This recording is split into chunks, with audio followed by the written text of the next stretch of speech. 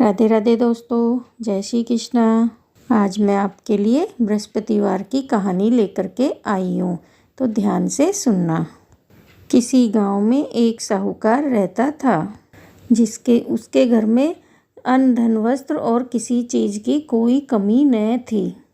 और वह साहूकार बहुत ही दयालु हृदय का था, परंतु उसकी स्त्री बहुत ही कंजूस थी। वह कभी भी किसी भिक्षा मांगने वाले को कभी कुछ दान में नहीं देती थी। वह सारे दिन अपने ही घर में लगी रहती थी। एक बार की बात है, एक समय एक साधु महात्मा बृहस्पतिवार के दिन उसके द्वार पर आए और भिक्षा की याचना करने लगे।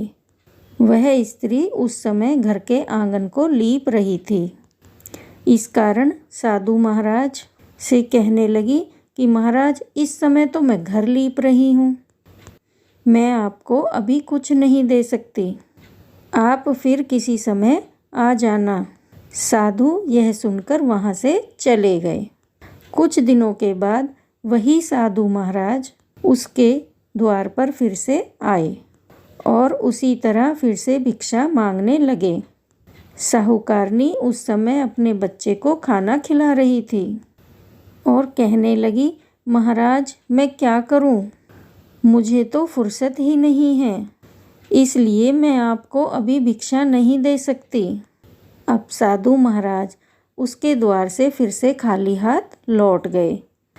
तीसरी बार जब महात्मा उसके द्वार पर आए तो उसने उन्हें उसी तरह से टालना चाहा और कहने लगी कि महाराज मैं क्या करूं?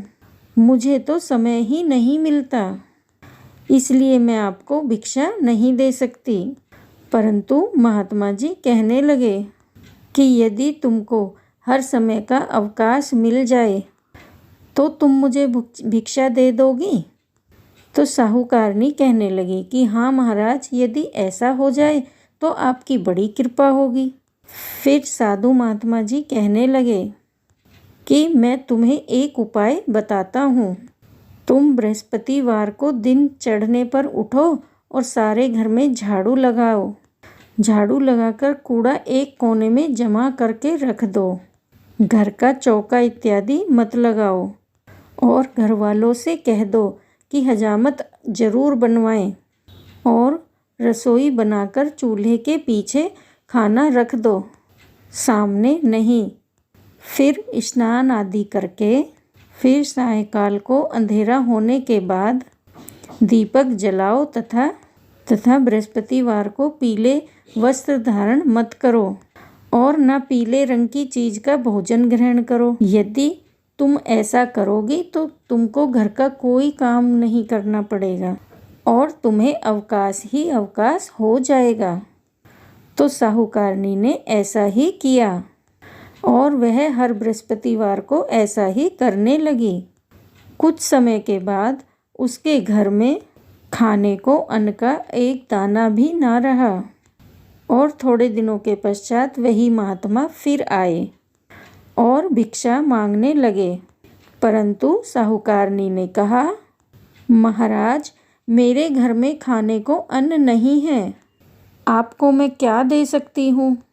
फिर महात्मा ने कहा कि जब तुम्हारे पास सब कुछ था तब भी तुम कुछ नहीं देती थी, अब पूरा अवकाश है तब भी तुम कुछ नहीं दे रही हो, तुम चाहती क्या हो? तब साहूकारनी ने हाथ जोड़कर प्रार्थना करी, महाराज अब कोई ऐसा उपाय बताएं कि मेरे घर में पहले जैसा धन धान्य हो जाए।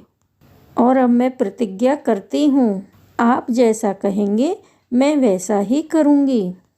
तब महात्मा जी ने कहा, बृहस्पतिवार को प्रातःकाल उठकर स्नान आदि से निपटकर और फिर घर को गाय के गोबर से लीपो और घर के पुरुष हजामत ना बनवाएं और भूखों को अन्न जल वस्त्र देती रहा करो और फिर सायंकाल दीपक जलाया करो, तो तुम्हारी सारी मनोकामनाओं को भगवान बृहस्पतिवार पूरी करेंगे।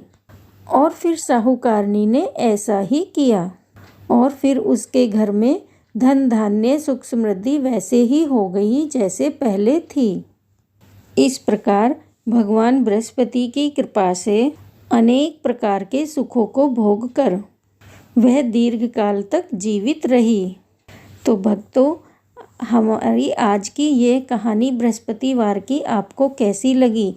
हमें कमेंट बॉक्स में हर हर महादेव, जय बृहस्पतिवार की, बोल विष्णु भगवान की जय जरूर लिखना। और राधे राधे, जय श्री कृष्णा, धन्यवाद।